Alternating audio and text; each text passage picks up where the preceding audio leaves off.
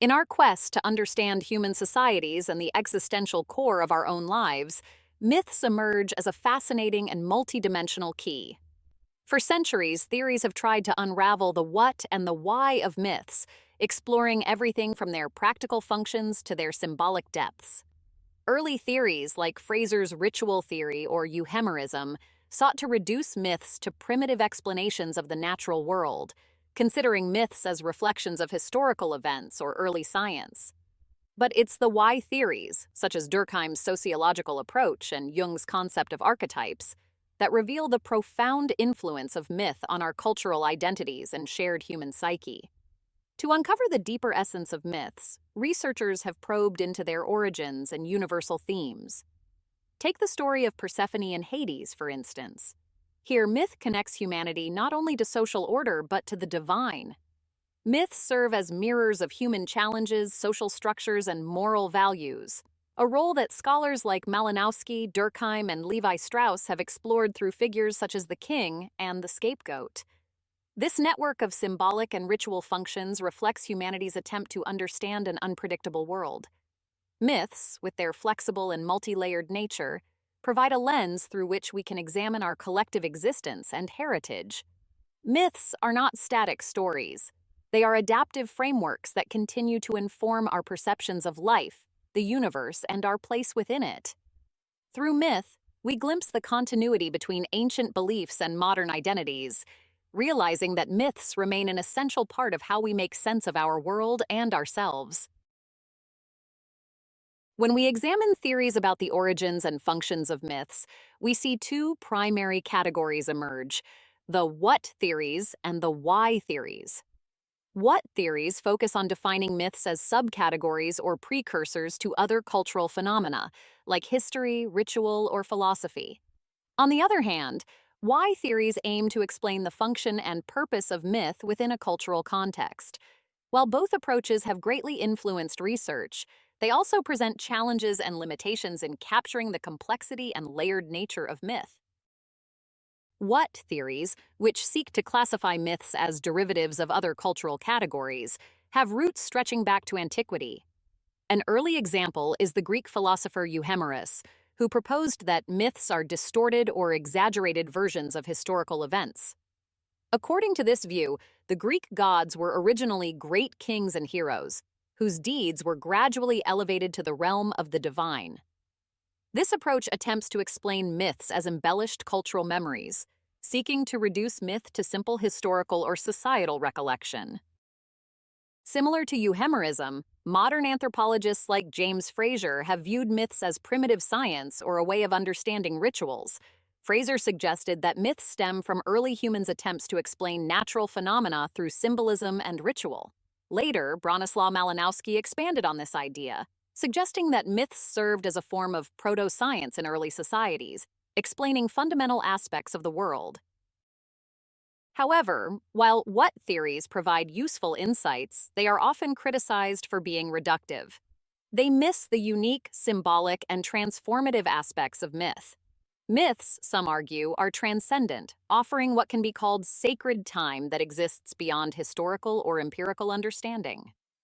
Reductionist approaches, such as euhemerism or Frazer's ritual theory, often overlook the reason myths transform and why these stories continue to resonate across generations. In contrast, why theories focus on explaining myths' function and significance within a cultural context. Rather than categorizing myths as mere cultural byproducts, these theories explore the reasons myths emerge and the roles they play within society. Sociologist Emil Durkheim argued that myths and religious beliefs function as collective representations that reinforce group identity and social cohesion. For Durkheim, myths are essential in creating a shared understanding of reality, making them far more than simple cultural stories or misunderstood history. Anthropologist Claude Lévi-Strauss offers a structuralist approach to myths' why by examining the binary oppositions often present in mythological narratives. He believed that myths help structure the chaos and contradictions of human life, such as the interplay between nature and culture. Through this symbolic perspective, myths serve as a kind of cultural grammar, helping societies navigate existential conflicts and establish a shared cosmology. More recently, psychologist Carl Jung introduced a psychoanalytic approach to the why theory. Jung argued that myths reflect archetypes from the collective unconscious, making them universal symbols that serve as psychological guides for both individuals and cultures. This perspective suggests that myths are not only cultural constructs, but also act as personal and collective roadmaps for human growth and self-understanding.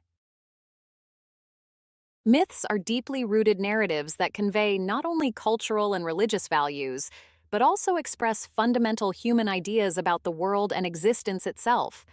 The very word myth has its origins in ancient Greece, stemming from the Greek word mythos. In classical Greek contexts, mythos initially meant story or tale, but over time it came to represent narratives rich in symbolic, often religious meaning. These stories were seen as essential to understanding the cosmos, the gods, and humanity's place in the universe. In ancient Greece, mythos held a different status than logos, which represented rational thought and true words.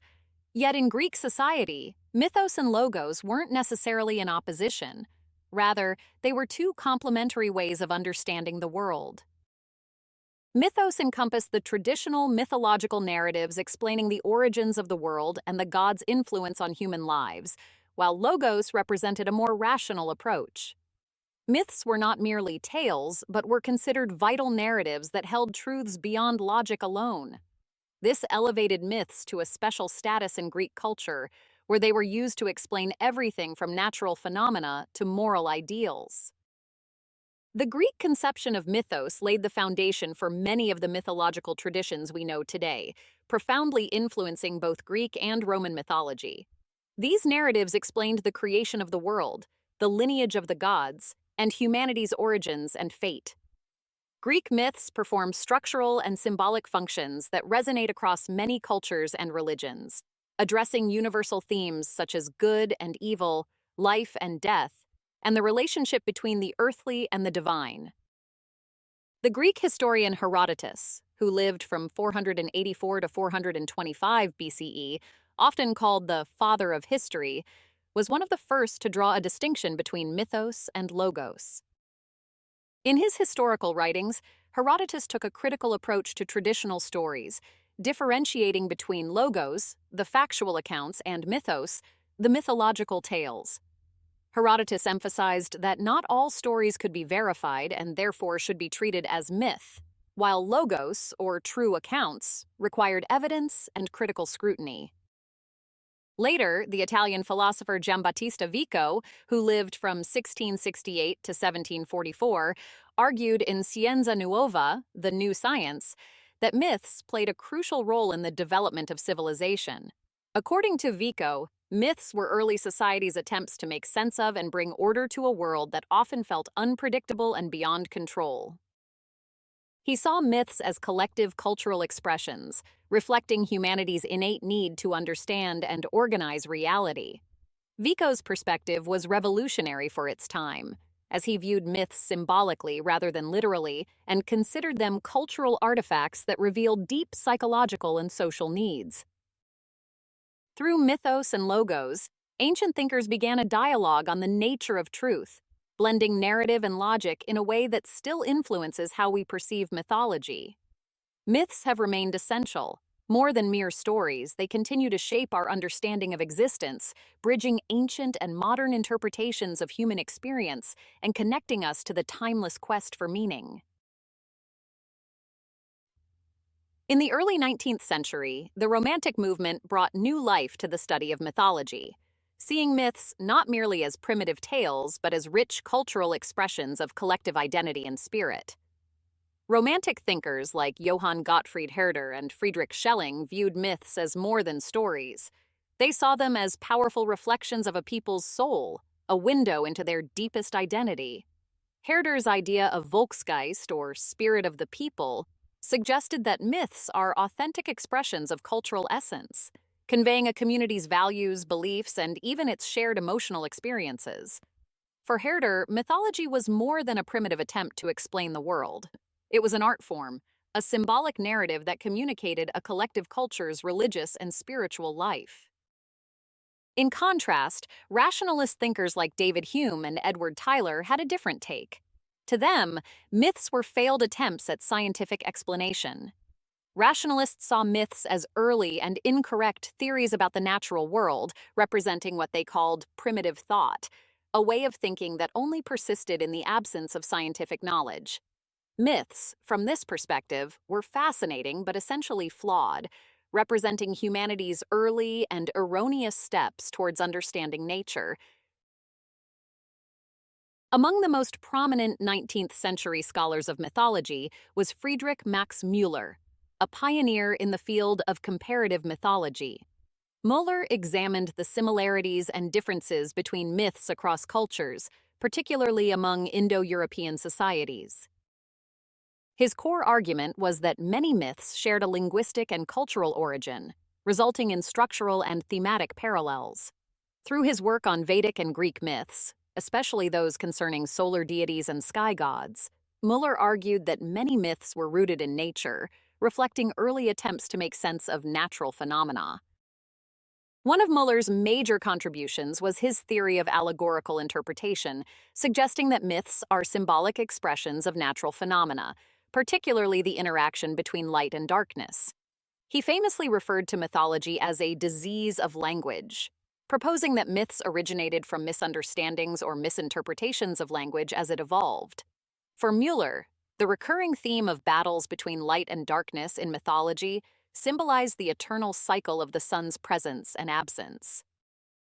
He saw gods and mythical figures as personifications of these natural forces, giving rise to his theory of solar mythology.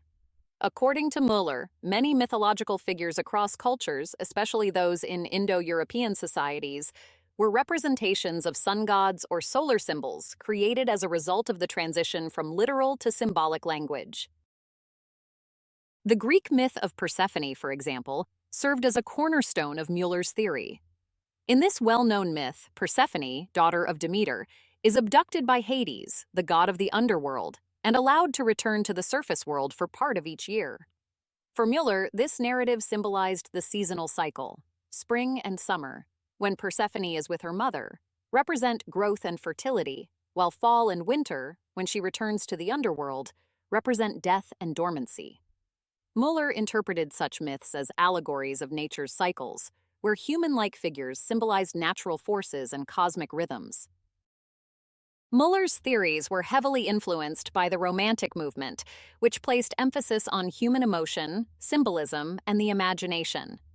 However, this approach faced criticism for being overly reductive, often ignoring the complex social and cultural contexts in which myths were created and shared. Later scholars, such as Carl Jung, engaged with Müller's ideas but also recognized that myths possess not only symbolic but deeply psychological dimensions. Jung expanded on the notion that myths reflect universal archetypes, emphasizing that these narratives touch on profound psychological truths, speaking to individual and collective aspects of the human experience. One of the most influential figures in the study of mythology and religion was the British anthropologist Sir James Frazer. His theories on the origins and functions of myth laid the groundwork for modern mythological studies, and his landmark work, The Golden Bough, first published in 1890, offered a groundbreaking though controversial perspective on understanding myths as intrinsically tied to ritual. Frazer saw myths as part of a larger cultural evolution, tracing humanity's journey from magic to religion and ultimately to science. This placed myth as a central element in a cultural progression, a transitional phenomenon that bridged different ways of making sense of the world. He aimed to uncover universal principles of religion and mythology by examining the patterns in myths and rituals across diverse cultures. His view was distinctly evolutionist, positing that all societies developed from a primitive belief in magic to organized religion and then to science. However, Frazer's approach faced criticism for its ethnocentric and linear interpretation, as he applied Western development models to non-Western cultures. Unlike earlier approaches, which regarded myths as primitive explanations for natural phenomena, Frazer argued that myths in all societies primarily serve to explain rituals.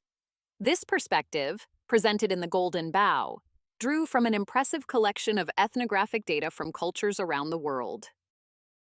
According to Frazer, myths arose from humanity's earliest religious beliefs and were deeply rooted in ritual practices, even when the original rituals had disappeared. He suggested that myths often survive as cultural residues long after the accompanying rituals have vanished, preserving symbolic narratives even as their ritual context fades. The anthropologist Bronislaw Malinowski recognized Frazer's contributions to understanding the social functions of myths, though he criticized Frazer's reductive approach. Malinowski argued that myths not only explain rituals but also reinforce social cohesion and strengthen group identity. Despite the critiques, Frazer's theory of myth and ritual became a foundational basis for later research in mythology, especially within the so-called Cambridge School, which also viewed ritual as the driving force behind myth. Central to Frazer's argument was his hypothesis of the King of the Wood, a ritualistic king figure who symbolized the cycles of nature and agricultural fertility, and who, Frazer theorized, had to be sacrificed by a younger successor to ensure continued fertility. This idea was inspired by a peculiar cult dedicated to Diana in Roman religion. The local priest of the cult, bearing the title Rex Nemorensis, or King of the Sacred Grove, was typically an escaped slave who earned his position by killing his predecessor. The ritual required the new priest to break a branch from a sacred tree at the shrine, signaling his readiness to challenge the reigning priest. Frazer saw this symbolic killing of the sacred king as a universal motif present across various cultures. Frazer examined myths and rituals from diverse societies, including ancient Egypt, pre-colonial Africa, and indigenous Australian communities. Through the Golden Bough, he explored the function of myth and ritual in early agricultural societies, connecting them through themes like magic, religion, the worship of trees and vegetation deities, ritual sacrifice of kings, the motif of the dying god, and scapegoat rituals. For Frazer, these themes were intertwined with the idea of a sacred king or deity embodying the life force of nature, ensuring fertility through a kind of magical authority. One of the recurring themes in his work was the worship of trees and vegetation deities, which he linked to early agrarian societies' reliance on nature's fertility. To ensure nature's cycles continued undisturbed, these societies crafted myths and rituals around a central deity or kingly figure who represented the Earth's life force. This deity was often depicted as a dying and resurrecting figure, reflecting a cosmological understanding of nature's perpetual cycles of death and rebirth. At the heart of Frazer's hypothesis is the concept of the ritual king's death, a priest king embodying nature's life force who is killed to transfer his energy to a younger successor. This ritualistic sacrifice, according to Frazer, was meant to ensure the fertility of the land and protect its vegetation. Frazer's analysis rested on the belief that any physical weakening of the king could lead to a corresponding weakening in nature's productivity. In James Frazer's exploration of myth and ritual, the scapegoat ritual stands out as a key mechanism for maintaining social order. This practice involves transferring collective guilt, negative energy, or sin onto a marginalized figure, who is then banished or sacrificed to cleanse the community. Anthropologist René Girard expanded on this concept, suggesting that the scapegoat serves as a pressure valve for collective tensions, preventing potential social chaos. Frazer saw scapegoat rituals as tools for expelling evil and restoring balance, revealing how myth functioned not just as narrative, but as a force for social control and moral order in early societies. Sociologist Robert Bellah added to this understanding, arguing that early societies often bestowed a form of sacred legitimacy upon leaders or authority figures, linking their power to cosmic and ritual symbolism. This perspective helps us grasp the role of the king or leader as both a social and religious keystone, upholding the order of society through symbolic acts that integrated both worldly and spiritual domains. Walter Burkert, in his theory of scapegoat rituals, takes this analysis further, describing how early societies used myth and ritual to project collective fear and aggression onto a chosen individual. Often, this individual was already marginal, an outsider or someone seen as weak, who became a vessel for the community's internal and external anxieties. For Burkert, the scapegoat myth exemplifies a cultural mechanism in which societies channeled fear, aggression, and hostility, ultimately turning violence into a socially sanctioned act. He interpreted myths like the Greek story of Persephone and Hades as reflections of collective psychology on themes of life and death, suggesting that they allowed the Greeks to integrate mortality into their cosmic worldview. Frazer's work culminates in his analysis of the Norse myth of Baldur's death, which he interprets as echoing the ritual of the king's death seen in the cult of Nemi. In the Norse myth, Baldur is killed by a mistletoe arrow, a fragile plant element that Frazer links symbolically to the ritual vulnerability of the priest-king in the Nemi cult. Baldur embodies the role of a sacred king, whose life force is believed to be deposited in an external object, in this case, the mistletoe. This life force must be renewed through his death, a concept that mirrors the practice in the Nemi cult, where the new priest had to break the sacred golden bough before killing his predecessor. According to Frazer, such practices can be understood as ritual purification, a transformation of violence into a purposeful act for the community's sake. Frazer also offers a symbolic interpretation of Baldur's death that doesn't necessarily connect it directly to the Nemi cult. He proposes that the mistletoe, which often grows on oak trees, might symbolize the incarnate power of the sun's fire, binding heaven and earth together. Frazer imagines this connection as stemming from an ancient belief, shared among Indo-European societies, that the mistletoe could have originated from lightning striking an oak. This imagery evokes a powerful vision of the cosmos, where the fire from the heavens, lightning, creates life in the form of mistletoe, linking the sky and the earth. For Frazer, this was not just a botanical observation, but a reflection of an ancient cosmic connection between the power of the sun and the cycles of life and death, with the mistletoe embodying this celestial power. Frazer's interpretation finds additional support from scholars who see the tree and the fire of heaven as symbolic of the axis mundi, the world axis uniting divine forces with the human world. Through this, myths about trees and skyfire become symbols of a bridge between realms, connecting humanity to higher cosmic principles. While Frazer's theories were foundational, they have not been without criticism. His sweeping comparisons, which sought to find universal elements in myths and rituals from diverse cultures, were sometimes overly broad and detached from specific cultural contexts. Anthropologist Claude Levi-Strauss criticized Frazer's comparative method for being too universalizing, arguing that it risked ignoring the unique cultural nuances of each myth. By focusing on cross-cultural similarities, Frazer's analysis often missed the specific cultural meanings that give each myth its individual significance. Levi-Strauss's structuralist critique reminds us that we cannot always compare myths like the Norse story of Baldur with the Nemi cult's rituals without potentially overlooking the cultural subtleties that inform each tradition. Myths and rituals are complex social phenomena, and while cross-cultural themes can offer valuable insights, they must be balanced with an appreciation for the specific cultural contexts that shape these stories. After James Frazer's influential work, a new school emerged in mythological studies known as Functionalism, led by the pioneering Polish anthropologist Bronislaw Malinowski. Malinowski's groundbreaking fieldwork among the Trobriand islanders of Melanesia brought anthropologists face-to-face with living myths and the active creation of myth in real time. This experience was transformative.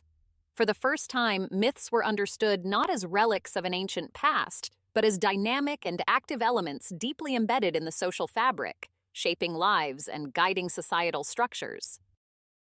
Malinowski's theory broke with convention by rejecting the idea that myth's primary purpose was to explain natural phenomena or recount historical events. Instead, he argued that myths function as social tools, crucial for preserving and legitimizing the structures and norms that keep society intact. For Malinowski, myths are charter myths because they provide cultural legitimacy, endorsing and sustaining the institutions they describe, and reinforcing the very foundation of societal order. The concept of charter myths refers to those myths that operate as a kind of social contract, offering a framework that validates and reaffirms a community's institutions and structures. Far from being mere entertainment or simple explanations of natural events, charter myths are necessary instruments for social stability, legitimizing cultural norms and maintaining the societal fabric. Across diverse cultures, especially within African and Polynesian societies, these myths often focus on leadership, property rights, and social roles, solidifying traditional hierarchies and individual roles within the community. Malinowski's analysis reveals myths as the bedrock of social legitimacy, underscoring the functionalist view of myth as essential for social cohesion and continuity. A key component of Malinowski's functionalist theory is his differentiation between myth, legend, and folktale. To him, myths are sacred stories, closely tied to a community's ceremonial and religious practices and far more than mere entertainment. In contrast, folktales primarily serve an entertaining function without ritualistic or religious significance. Positioned between these two, legends are semi-historical tales, often referencing actual people or events that, over time, have taken on mythological qualities. Later anthropologists like Claude Lévi-Strauss would expand this classification by analyzing myths as cognitive structures rooted in universal human patterns, rather than solely in social function. Reflecting on the multifaceted role of myth reveals it as a dynamic, layered construct that spans the historical, social, and psychological realms. What theories, like those from Frazer and the Euhemerists, offer us a foundational understanding of myth's origins as storytelling or a form of early science? On the other hand, why theories, examined by figures like Durkheim and Jung, point to myth's role as a symbolic identity-forming tool that integrates individual and collective experiences into a shared framework. Malinowski's functionalist perspective highlights myth's social function as a stabilizing force, a legitimizer of institutions, while later scholars such as Lévi-Strauss and Eliade introduce a flexible framework that acknowledges myth's complex, multidimensional nature. Alongside studies of figures like the king and the scapegoat within rituals, these theories underscore how myths generate meaning, foster moral guidelines, and ultimately shape human societies. A holistic approach that synthesizes these perspectives allows for a deeper understanding of myth's enduring role as both a cultural foundation and an existential compass, guiding societies through both the mysteries of existence and the moral demands of communal life. In the next lecture, we'll explore why theories of myth through the perspectives of Freud, Jung, Lévi-Strauss, and Burckhardt. These theories suggest that myths serve as both psychological and social necessities, helping to transcend cultural boundaries and connect human experiences. We'll see how structuralism, as developed by Lévi-Strauss, reveals myths as expressions of universal cognitive patterns, while Burckhardt's work links myths to biological and ritual needs. Together, these approaches show how myths contribute to continuity and identity across cultures and time, enriching our understanding of their enduring role in human societies.